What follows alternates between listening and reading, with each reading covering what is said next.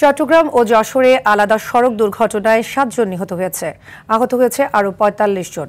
সকালে চট্টগ্রাম কক্সবাজার মহাসড়কের হাসানদন্ডি পাঠানপোল এলাকায় যাত্রীবাহী ঈগল পরিবহনের বাসের সঙ্গে সিএনজি চালিত অটোরিকশা মুখোমুখি সংঘর্ষ হয়। এতে বউ, শাশুড়ি সহ ৩ জন নিহত হয়। এ ঘটনায় আহত হয়েছে আরও ৫ জন। এদিকে দুপুরে সীতাকুণ্ডের সুলতানা মন্দির এলাকায় একটি যাত্রীবাহী বাস নিয়ন্ত্রণ হারিয়ে রাস্তার পাশের দোকানে ঢুকে পড়ে। এতে বাসের ৪০ জন যাত্রী আহত হয়। অপরদিকে যশোরে আলাদা দুটি সড়ক দুর্ঘটনায় ৪ জন নিহত হয়েছেন। রোববার দিবাগত রাতে বাঘারপাড়ায় বাস বোঝাই ট্রাকের সঙ্গে বাসের ধাক্কায় ৩ জন নিহত হয়েছে। এছাড়া ঝিকরগাছার বাস ও পিকআপ ভ্যানের মুখোমুখি সংঘর্ষে একজনের মৃত্যু হয়েছে।